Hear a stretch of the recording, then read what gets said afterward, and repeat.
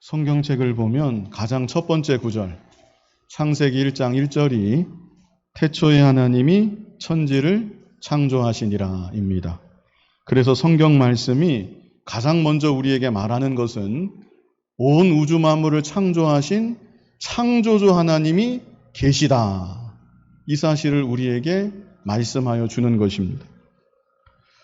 여기 볼펜 한 자루가 있습니다. 이 볼펜이 저절로 생겨났을까요? 어떻게 저절로 생겨날 수가 있겠습니까?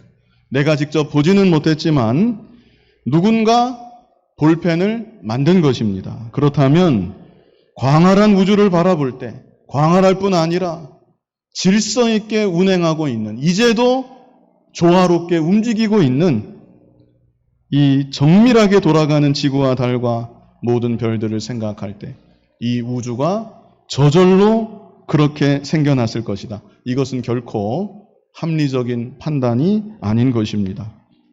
그래서 과거 어떤 과학자는 이런 말을 하기도 했습니다. 탁상시계를 다 분해해봐라. 시침, 분침, 초침, 태엽, 또 겉을 싸는 케이스, 부품들을 다 분해하고 그것들을 바다에 던져라. 그리고 나서 100년이 되었든 1000년이 되었든 10억 년이 되었든 100억 년이 되었든 오랜 세월이 흐른다면 그 부품들이 다시 결합이 되고 온전한 시계의 모습이 될 수도 있는 일인가? 가능하겠습니까? 불가능하겠습니까? 도저히 불가능한 일입니다. 그렇다면 이 우주는 탁상시계 하나와는 비교조차 할 수 없는 얼마나 더 정교하게 이루어져 있고 이제도 질서 있게 조화롭게 그렇게 움직이고 있는데 이 우주가 저절로 우연히 이렇게 되었다. 그것은 너무나 비이성적인 생각이라는 것입니다. 그래서 로마서 1장 20절을 보면 우리 같이 한번 읽어보겠습니다. 창세로부터 그의 보이지 아니하는 것들 곧 그의 영원하신 능력과 신성이 그가 만드신 만물에 분명히 보여 알려졌나니 그러므로 그들이 핑계하지 못할지니라. 하나님 아버지의 영원하신 능력이, 그 신성이 하나님께서 만들어 놓으신 만물들을 통해 분명히 보여지고 있고 알려지고 있다는 것입니다. 그러므로 그들이 핑계하지 못할지니라. 장차 마지막 심판대 앞에서 제가 잘 몰라서 그랬습니다. 제가 잘 몰라서 하나님을 미처 믿지 못했습니다. 이렇게 핑계할 수가 없다는 것입니다. 그리고 성경은 이렇게 창조주 하나님에 대해서 우리에게 말씀하여 주실 뿐 아니라 우리 인간에 대해서도 우리에게 정확하게 말씀하여 주십니다. 하나님께서 온 우주 만물, 땅의 식물들, 동물들, 바다의 고기들, 공중에 나는 새들 창조하시고 창조의 마지막에 우리 사람을 창조하셨습니다. 모든 것을 다 만드신 뒤에 그 모든 것의 주인공을 하나님 만드신 피조 세계 안에 두신 것입니다. 그래서 사람 창조는 하나님 창조 사역의 절정이었다. 우리가 이렇게 말할 수 있습니다. 그렇다면 하나님께서 우리 사람을 어떻게 창조하여 주셨는가? 이 시간 본문 말씀 중심으로 함께 보고자 합니다. 이 시간 말씀을 통해서 우리가 인간에 대해서 바르게 알아야 합니다. 인간에 대해서 바르게 이해해야 합니다. 그래서 우리들이 바른 신앙을 가지고 바른 가치관을 가지고 이 세상을 살아나가야 되는 것입니다. 하나님께서 우리 인간을 어떻게 창조하셨는가? 첫 번째는 가장 존귀하게 창조하심입니다. 어떻게 창조하셨어요? 가장 존귀하게 창조하셨다. 본문 26절을 우리 같이 한번 읽어보겠습니다. 하나님이 이르시되 우리의 형상을 따라 우리의 모양대로 우리가 사람을 만들고 그들로 바다의 물고기와 하늘의 새와 가축과 온 땅과 땅에 기는 모든 것을 다스리게 하자 하시고, 자, 이 구절을 보면 우리라는 말이 자주 나옵니다. 몇 번 나오죠? 우리의 형상을 따라 우리의 모양대로 우리가 사람을 만들고, 우리가 몇 번 나왔습니까? 세 번 나왔습니다. 여기서 우리는 성부, 성자, 성령의 삼위일체 하나님을 가리키는 것입니다. 중요한 것은 다른 그 어떤 것을 창조할 때에 이런 표현이 한 번도 사용되지 않았다는 사실입니다. 우리 한번 몇 구절만 보겠습니다. 창세기 1장 3절. 같이 한번 읽어보겠습니다. 하나님이 이르시되 빛이 있으라 하시니 빛이 있었고. 단도직입적인 명령입니다. 빛이 있으라 하시니 빛이 생겨났다는 것입니다. 다른 것들도 다 마찬가지인데요. 24절 한 절만 더 우리 같이 한번 읽어보겠습니다. 하나님이 이르시되 땅은 생물을 그 종류대로 내되 가축과 기는 것과 땅과 짐승을 종류대로 내라 하시니 그대로 되니라. 이렇게 다른 모든 피조물들은 하나님께서 명령하시고 하나님 명령하신 그대로 이루어진 것입니다. 그러나 유독 우리 사람을 만드실 때에는 그렇게 하지 않으셨습니다. 우리 26절을 다시 한번 같이 읽어보겠습니다. 하나님이 이르시되 우리의 형상을 따라 우리의 모양대로 우리가 사람을 만들고 그들로 바다의 물고기와 하늘의 새와 가축과 온 땅과 땅에 기는 모든 것을 다스리게 하자 하시고, 성삼위 하나님께서 마치 의논하시는 것처럼 심사숙고하셔서 우리 사람을 만드셨다는 것을 우리가 알 수 있습니다. 그래서 하나님은 우리 사람을 가장 존귀하게 창조하신 것입니다. 사람을 만드신 이 특별한 과정을 통해서도 우리가 깨달을 수가 있습니다. 그런데 이보다 더 중요한 것은 사람을 어떤 형상으로 만드셨는가, 이것이 더 중요한 이 부분입니다. 하나님이 사람을 어떤 형상으로 만드셨습니까? 여기 말씀에 우리의 형상을 따라 그랬죠? 우리의 모양대로. 창조주 하나님께서 다른 모든 피조물들과는 달리 지존하신 하나님을 닮도록 하나님의 형상을 따라 우리 사람을 만드셨다는 것입니다. 그래서 사람은 다른 피조물들과는 사실 비교조차 할 수가 없습니다. 가장 존귀한 존재, 하나님의 형상을 따라 하나님을 닮도록 만들어진 특별한 존재, 가장 영광스러운 존재, 그것이 바로 우리 사람인 것입니다. 먼저는 우리가 이 사실을 분명하게 기억해야 합니다. 그렇다면 한 단계 더 나아가서 하나님의 형상은 과연 무엇인가? 하나님 형상을 따라 우리를 창조하셨다고 했는데 하나님의 형상은 과연 무엇인가? 여러 가지로 설명할 수 있지만 이 시간은 가장 중요한 거 한 가지만 제가 간단하게 말씀을 드리겠습니다. 하나님께서 사람을 만드실 때 사람을 하나님처럼 영적인 존재로 만드셨다는 뜻입니다. 그래서 사람은 영혼이 있는 영적인 존재입니다. 동물들에게는 영혼이 있을까요? 그런데 요즘에는요, 있는 것 같다고 말하는 사람이 혹 있습니다. 세상이 참 희한한 세상입니다.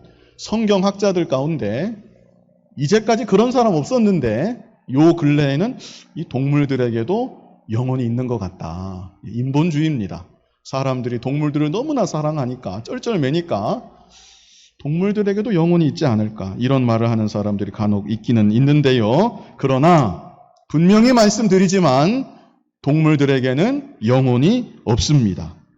물론 어떤 감정이 동물들에게도 부분적으로는 있을 수 있습니다. 그러나 그것은 결코 영적인 것은 아닌 것입니다.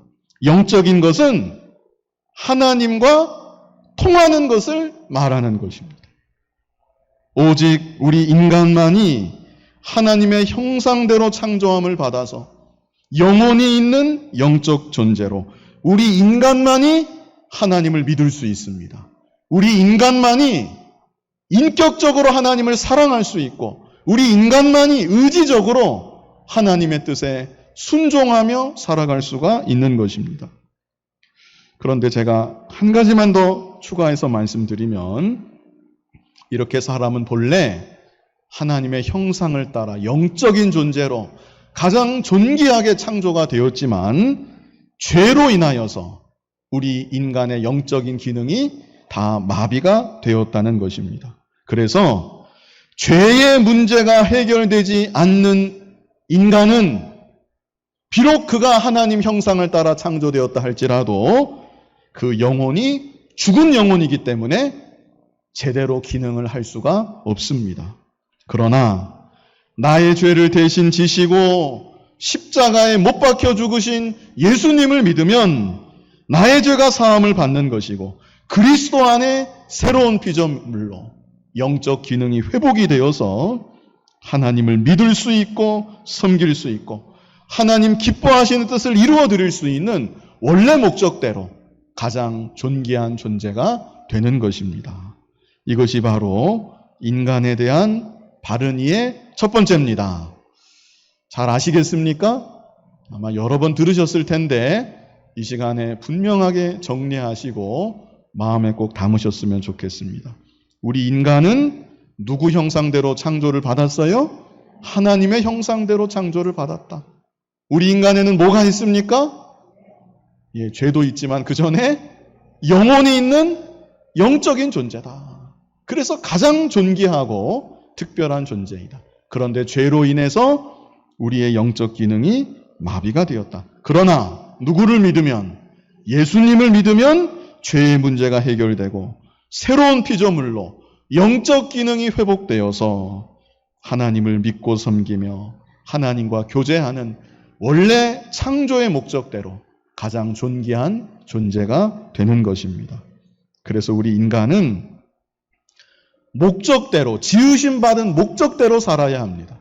지으심받은 목적대로 살 때 가장 가치 있고 존귀한 존재일 뿐 아니라 자기 스스로도 하나님을 믿고 섬기며 가장 행복한 존재가 되는 것입니다. 다음으로 두 번째는 남자와 여자로 만드심입니다. 남자와 여자로 창조하심. 자, 본문 27절 우리 같이 한번 읽어보겠습니다. 하나님이 자기 형상 곧 하나님의 형상대로 사람을 창조하시되 남자와 여자를 창조하시고. 하나님께서 어떻게 창조하셨습니까? 남자와 여자를 창조하셨다 말씀하지요.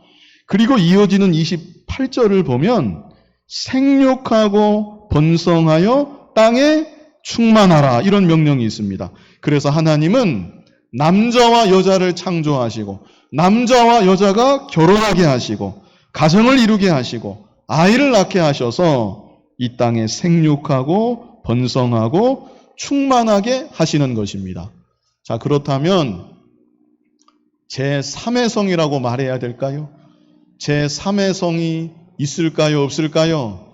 남자도 아니고 여자도 아닌, 생긴 것은 남자인데 자기 감정은 여자인 것 같고 뭐 그런 사람은 있겠지만 하나님 원래 창조대로 제3의 성이 있을까요? 없을까요? 네, 제3의 성은 없습니다. 작년에 세계적인 과학저널 사이언스에도 동성애자를 만드는 선천적 유전자는 존재하지 않는다. 이 논문이 발표되었습니다. 47만 명에 달하는 표본조사를 해서 동성애자가 되는 것은 환경적 요소나 문화적 요소 등 다른 요인 때문이지 결코 부모로부터 타고나는 유전인자는 없다. 이 사실을 입증하는 논문이 발표되기도 했습니다.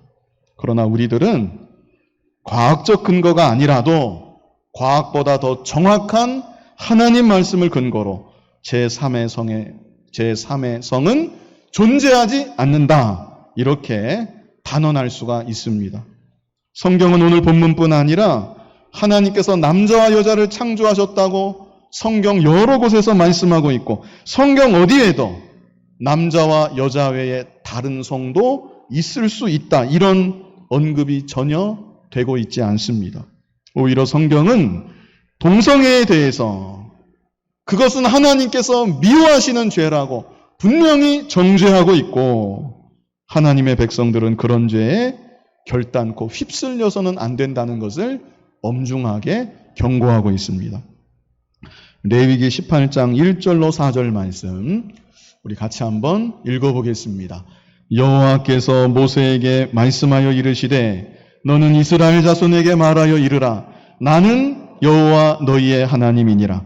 너희는 너희가 거주하던 애굽 땅의 풍속을 따르지 말며 내가 너희를 인도할 가나안 땅의 풍속과 규례도 행하지 말고 너희는 내 법도를 따르며 내 규례를 지켜 그대로 행하라. 나는 너희의 하나님 여호와이니라. 아멘.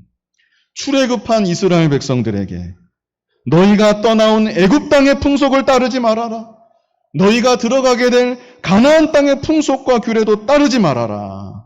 그리고 4절에 무엇을 따르라고 말씀하십니까? 너희는 내 법도를 따르며 내 규례를 지켜 그대로 행하라 말씀하십니다. 그리고 이어서 구구절절 주시는 말씀이 성도덕과 관련된 말씀들이 여러 절에 걸쳐서 레위기 18장 6절 이후에 기록되어 있습니다. 그 중에서 우리 22절을 같이 한번 읽어보겠습니다. 너는 여자와 동침함 같이 남자와 동침하지 말라. 이는 가증한 일이니라. 여기 이렇게 분명히 말씀했죠? 남자가 남자와 동침하는 것은 가증한 일이다. 하나님 앞에 가증스러운 죄이다. 분명하게 말씀하고 있습니다. 로마서 1장 26절을 같이 읽어보겠습니다. 이 때문에 하나님께서 그들을 부끄러운 욕심에 내버려 두셨으니 곧 그들의 여자들도 순리대로 쓸 것을 바꾸어 영리로 쓰며. 이것도 마찬가지죠. 동성애에 대해서 언급하고 있는 것입니다. 27절도 같이 한번 읽어보겠습니다. 그와 같이 남자들도 순리대로 여자 쓰기를 버리고 서로 향하여 음욕이 불릴 듯하며 남자가 남자와 더불어 부끄러운 일을 행하여 그들의 그릇됨에 상당한 보응을 그들 자신이 받았느니라. 역시 동성애에 대한 언급입니다. 그런데 중요한 것은 26절도 그렇고 27절도 그렇고 무슨 말씀이 있냐면, 자, 26절을 먼저 보세요. 거기에 부끄러운 욕심이라는 말이 나오지요? 그들을 부끄러운 욕심에 내버려 두셨다, 이런 말씀이 있고, 27절을 보십시오. 27절에는 무슨 말씀이 있습니까? 여기에도 욕심이라는 단어가 있습니다. 음욕이 불릴 듯하매. 그래서 성경은 동성애의 근본 원인이 욕심에 있다, 이 사실을 분명하게 말씀해주고 있는 것입니다. 유다서 1장 7절 다 같이 읽을 때 다 같이 읽어야 합니다. 눈으로 보지만 말고 하나님 말씀 읽는 자가 복이 있다 그랬잖아요. 말씀을 읽으셔야 돼요. 유다서 1장 7절을 우리 다 같이 한번 읽어보겠습니다. 소돔과 고모라와 그 이웃 도시들도 그들과 같은 행동으로 음란하며 다른 육체를 따라가다가 영원한 불의 형벌을 받음으로 거울이 되었느니라. 이 구절이 참 중요합니다. 소돔과 고모라에 대한 말씀인데요. 다른 육체를 따라가다가 말씀했죠? 다른 육체를 따라가다, 동성애를 말하는 것입니다. 다른 육체를 따라가다가 영원한 불의 형벌을 받았다. 과거 소돔과 고모라가 동성애의 죄를 짓다가 영원한 불의 형벌을 받았다. 그리고 또 중요한 것은 여기 7절 끝에 무슨 구절이 있습니까? 뭐가 되었다고 말씀하세요? 거울이 되었느니라. 이게 무슨 뜻입니까? 오늘날 우리들의 모습을 바라볼 때 마치 소돔과 고모라의 모습을 거울로 비추는 것 같은 모습이 우리에게 발견된다면, 다시 말해서 동성애가 창궐하는 우리의 모습을 발견하게 된다면, 소돔 고모라가 그 시절 하나님의 심판으로 망했던 것처럼 오늘날 우리들도 하나님의 심판으로 망하게 될 것을 생각하라는 것입니다. 그래서 성적인 죄악, 그 가운데 특별히 동성애는 세상의 마지막을 판결하는 간음자와 같습니다. 제가 전에도 분명히 말씀드린 바 있는데, 우리 하나님께서는 모든 죄를 다 미워하십니다. 죄는 무엇이든지 다 악한 것입니다. 그러나 세상의 죄가 점점 더 관영해지다가 인본주의가 극으로 치닫다가 최종적으로 나타나는 현상은 무엇인가? 그것은 동성애의 창궐입니다. 그리고 동성애가 점점 더 창궐해지는 것을 보게 되면 세상의 마지막이 임박했구나. 하나님의 심판이 임박했구나. 이 사실을 우리들은 깨달아야 되는 것입니다. 최근 우리나라에도 포괄적 차별금지법이 발의가 되었습니다. 법의 이름과 취지는 참 좋습니다. 차별을 금지하자는 것입니다. 그러나 이 법안에는 동성애를 용인하는 조항까지 포함되어 있습니다. 그래서 결국에는 동성애를 부추기는 사회, 조장하는 사회가 점점 되지 않겠는가. 동성애를 반대하고 동성애를 죄라고 말하는 것은 점점 더 위축되는 사회가 되지 않겠는가. 심지어 나중에 가서는 동성애를 죄라고 말하면 처벌까지도 할 수 있는 그런 사회가 점점 되지 않겠는가. 많은 분들이 이렇게 우려하고 있습니다. 어떤 신문을 보았더니 이 문제로 개신교가 둘로 갈라졌다, 이런 신문이 있는데 제가 보는 시각은 다릅니다. 저는 실제로 물론 제가 아는 사람들도 뭐 한계가 있겠지만 저는 뭐 정치 색깔에 관계없이 저는 꼭 정치 색깔만 아니라 성경관에도 좌가 있고 우가 있습니다. 제가 교단을 이 자리에서 밝히지는 않겠지만 성경관에 있어서 좌가 있습니다. 그런 교단이 있습니다. 그런 교단, 정치 색깔, 그거 상관없이 제가 볼 때는 거의 90% 정도 이 문제에 있어서는 한국교회가 일치하지 않는가. 저는 이렇게 지금 보여져서 참 감사한 일이다, 이렇게 생각을 합니다. 유럽이나 미국, 서구 사회는 우리보다 앞서서 차별금지법을 제정했지요. 그리고 실제 지금 우리나라의 많은 분들이 우려하고 있는 그런 상황이 그 나라에서 발견되고 있습니다. 그런 사회로 점점 변해가고 있는 것입니다. 이 사실은 그 누구도 부인하지 못합니다.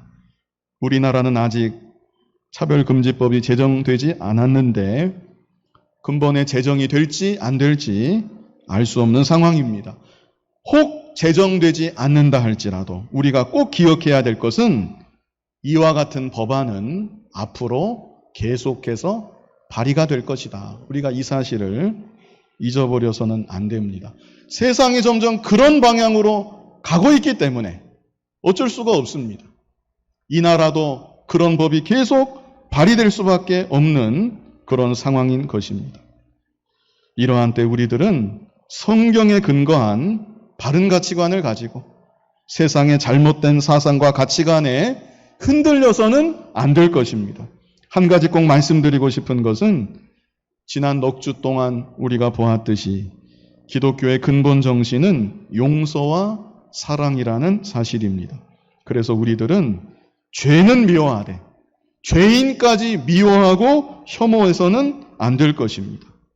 우리는 누구든지 하나님의 은혜가 아니면 설 수 없는 자들입니다. 나 역시 죄인이고 하나님의 은혜로 구원받아 설 수가 있었던 것입니다. 그러므로 우리들은 동성애자들을 향해서도 다른 불신 영혼들처럼 그들의 영혼을 불쌍히 여기고 하나님의 은혜와 긍휼을 구하며 복음의 말씀으로 전도하기를 소원하고 힘써야 될 것입니다. 마지막 세 번째, 다스리는 존재로 만드셨습니다. 다스리는 존재로 우리 인간을 창조하셨다. 본문 28절을 같이 한번 읽어보겠습니다. 하나님이 그들에게 복을 주시며 하나님이 그들에게 이르시되 생육하고 번성하여 땅에 충만하라. 땅을 정복하라. 바다의 물고기와 하늘의 새와 땅에 움직이는 모든 생물을 다스리라 하시니라. 26절에도 마지막에 다스리게 하자, 이런 구절이 있었습니다. 여기 28절에도 모든 생물을 다스리라. 하나님의 형상대로 창조받은 우리에게 먼저는 땅을 정복하라. 바다의 물고기와 하늘의 새와 땅에 움직이는 모든 생물을 다스리라. 이렇게 명하고 계십니다. 여기서 다스리라는 말이 굴림을 의미하지 않습니다. 굴종을 의미하는 것은 더더욱 아닙니다.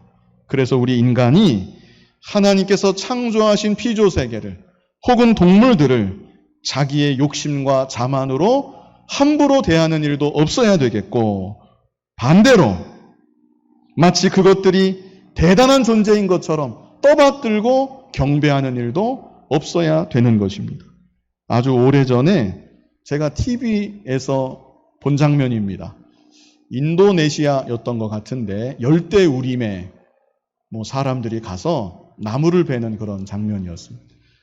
열대우림이니까 나무가 얼마나 큰지 두께도 엄청나게 두껍고 곧게 뻗어서 수십 미터 이렇게 나무들이 자라나 있는 열대우림이었습니다. 거기서 나무를 자르고 나무가 쓰러지는데 그 큰 나무가 열대우림 속에서 쓰러지니까 굉음을 내면서 마치 비명을 지르는 것처럼 천둥번개 소리와도 같고 그런 소리를 내면서 나무가 쓰러집니다. 그런데 그 장면을 앞에서 지켜보던 어떤 사람이 손을 모으고 비는 겁니다. 예? 어쩔 수 없어서 베기는 뱄지만 좋은 데 사용할 테니 노엽게 생각하지 마십시오. 나무에게 이렇게 비는 겁니다. 자기보다 훨씬 더 오래 산 것 같은 그 나무가 엄청난 굉음을 내면서 쓰러지니까 그 광경에서 왠지 모를 두려움을 느끼고 경외감을 느꼈던 것 같습니다. 옛날에 우리 선조들은 밝은 달을 보면서, 환하게 빛나는 그 달을 보면서 저 달에게 비면 내 소원이 이루어질 것만 같다. 그래서 정한수를 떠다 놓고 빌며 기도하기도 했습니다. 하나님은 우리 인간을 다스리는 존재로 이 땅에 두셨습니다. 장엄하고 웅장한 자연을 바라볼 때, 아름답고 조화로운 피조세계를 바라볼 때 우리는 하나님을 한 번 더 생각하고 하나님을 더욱 경외하고 하나님께 영광과 찬송을 돌려야 마땅한 것입니다. 그런데 자연을 향해 손을 모으고 자연을 향해 경외감을 느끼고 이것이 다 하나님을 떠난, 하나님을 모르는 너무나 어리석고 안타까운 모습인 것입니다. 그러나 반대로 자연을 함부로 대하고 동물이라고 그 생명을 함부로 여기는 일도 없어야 될 것입니다. 하나님께서 우리 인간에게 다스리는 권세를 주시고 다스릴 수 있는 지혜까지 주셨는데 하나님을 경외하는 마음으로 하나님께 받은 권세와 지혜를 잘 사용해서 하나님께서 창조하신 피조세계를 우리가 잘 다스려 나아가야 되는 것입니다. 그래서 하나님께서 허락하신 모든 만물들을 통해 하나님께서 기뻐하시는 일들을 잘 감당하고 하나님의 나라 위에 모든 것이 다 쓰임받게 하고 하나님께 모든 찬송과 영광을 돌리며 살아가야 되는 것입니다. 이 시간 마치기 전에 제가 글 하나를 읽어드리려고 합니다. 오늘 설교 말씀과 밀접한 관련이 있습니다. 제 막내딸이 온라인 수업 듣는다고 수업을 듣는데 제가 얼핏 듣고 제가 이런 글을 읽고 큰 충격을 받았습니다. 잘 들어보시기 바랍니다. 참고로 2018년 3월 1일 초판 발행된 초등학교 4학년 국어 교과서에 실려있는 내용입니다. 3페이지가 넘었던 것 같은데 제가 다 읽을 수는 없고요. 발췌해서 몇 구절만 지금 읽어드리겠습니다. 인간은 자신을 동물과 다르다고 생각합니다. 다를 뿐 아니라 여러 면에서 동물보다 뛰어나다고 여깁니다. 이런 눈으로 세상을 보면 인간 외의 다른 생명은 작고 하찮게 여겨집니다. 우리가 사는 지구도 마치 인간을 위해 생겨났다고 잘못 생각할 수 있습니다. 지구의 주인은 인간이 아닙니다. 인간은 특별한 생명체가 아닙니다. 인간은 엄연히 동물에 속합니다. 새끼를 낳고 젖을 먹어 키우는 포유동물입니다. 좀 넘어가서 이런 말도 있습니다. 자연계에도 어른을 공경하는 문화가 있다면 지금 고통받는 동물의 마음은 나이 지긋한 어른이 한참 어린아이에게 욕을 두들겨 맞았을 때의 느낌과 비슷할 것입니다. 인간은 지구의 막내입니다. 최초의 생명이 수십억 년에 걸쳐서 다양하게 가지를 뻗으며 진화하는 과정에서 우연하게 생겨난 생물의 한 종일 뿐입니다. 어떻게 들으셨습니까? 저는 처음 접하는 순간 너무나 어이가 없고 흥분이 돼서 저 선생님 지금 잘못 가르치는 거다. 우리 아이들이 이런 내용으로 지금 공부를 하고 이런 내용을 익혀서 시험을 보고 점수를 받는 것입니다. 이렇게 공부하고 이런 분위기 속에서 자라나고 그런 우리 아이들이 교회에서 일주일에 한 번 성경 말씀 들을 때 말씀이 과연 마음에 들어올까? 심각하게 생각하지 않을 수가 없었습니다. 포괄적 차별금지법, 이것은 또 하나의 발걸음일 뿐입니다. 그래서 별거 아니라는 뜻은 절대로 아니고요. 제 말은 이미 이 사회는 성경적 가치관과는 너무나 동떨어진, 아니 정면으로 성경을 대적하는 가치관과 사상과 분위기로 가득하게 자리 잡고 있다는 사실입니다. 차별금지법까지 통과되면 교과서에 어떤 글이 실릴지 생각이 되십니까? 자라나는 우리 자녀들, 다음 후대들, 어떻게 해야 하나님의 자녀로 거룩하게 구별된 하나님의 백성으로 이 땅에 하나님의 뜻을 이루어드리는 존귀한 존재로, 가치 있고 복된 존재로 자라날 수 있을까? 우리가 정말 심각하게 고민하고 기도하지 않을 수 없는 이때가 되었습니다. 기독교인이 없는 것인가? 교과서 편찬하는데 배제된 것인가? 아니면 있더라도 입도 뻥끗하지 못하는 것인가? 너무나 안타까운 현실이 아닐 수 없습니다. 우리가 먼저는 우리 자신이 창조주 하나님을 믿을 뿐 아니라 인간에 대한 바른 이해, 인간에 대한 바른 가치관을 우리가 분명하게 가져야 합니다. 그리고 우리 후대에도 창조주 하나님을 경외하는 믿음을 전수하고 인간에 대한 바른 가치관을 전수할 수 있어야 되는 것입니다. 이 시간 하나님께서 사람을 창조하심, 이런 제목으로 말씀을 증거했습니다. 여러 번 들으셨을 것 같은데 이 시간에 다시 한번 정리하시고 분명히 마음에 새기셨으면 좋겠습니다. 하나님이 우리를 어떻게 창조하셨는가? 첫 번째, 어떻게 창조하셨습니까? 가장 존귀하게 창조하셨다. 인간은 동물이 아닙니다. 인간은 하나님의 형상입니다. 영혼이 있는 영적인 존재로 유일하게 하나님을 믿을 수 있는 존재, 유일하게 하나님을 섬길 수 있고 하나님을 인격적으로 사랑할 수 있고 이 땅에서 하나님의 뜻을 이루어드리며 살아갈 수 있는 유일한 존재가 바로 우리 사람인 것입니다.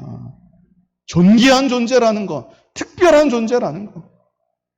두 번째, 우리 사람을 또 어떻게 만들어 주셨습니까?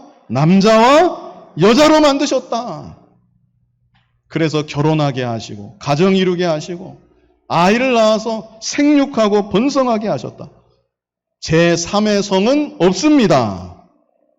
이 자리에 혹시 헷갈리는 분 없기를 바랍니다. 제3의 성은 없습니다. 우리 자녀들에게 분명하게 가르쳐야 합니다. 동성애는 문화적 요인, 환경적 요인, 차별금지법 통과되고 동성애 교육 시작되면 더 많은 아이들이 성적 가치관 없는 상태에서 동성애자 얼마든지 될 수도 있습니다. 주 원인은 욕심으로 인해서, 하나님 상실한 마음으로 인해서, 음란으로 인해서 생겨나는 것이 동성애입니다. 그런데 동성애가 정상이라고, 제3의 성, 제4의 성, 지금 미국의 어느 기관에서는 성별조사에 20가지가 넘는 성별이 있습니다. 그 많은 성들을 다 인정하고 그들의 인권을 위해 다수의 인권, 성경의 가르침은 점점 위축되는 이 시대가 되어가고 있는 것입니다.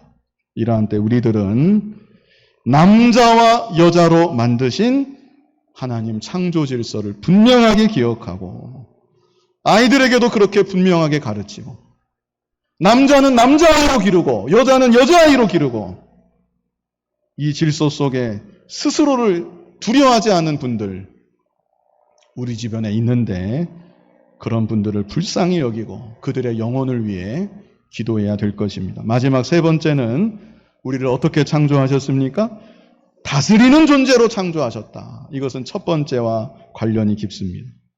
이것도 아주 중요한 주제입니다. 다스리는 존재다. 동물 애호가들 있죠? 동물들을 격상시킵니다. 지금. 동물을 멸시하자는 게 아니고 동물들을 격상시켜서 인간과 비슷한 위치에 두려고 하는 것입니다. 이것도 비정상적인 일입니다. 엄청난 박애 정신 같고 사랑의 마음 같지만 비성경적인 가치관이다. 인본주의적인 사상이다. 하나님 없는 사상이다.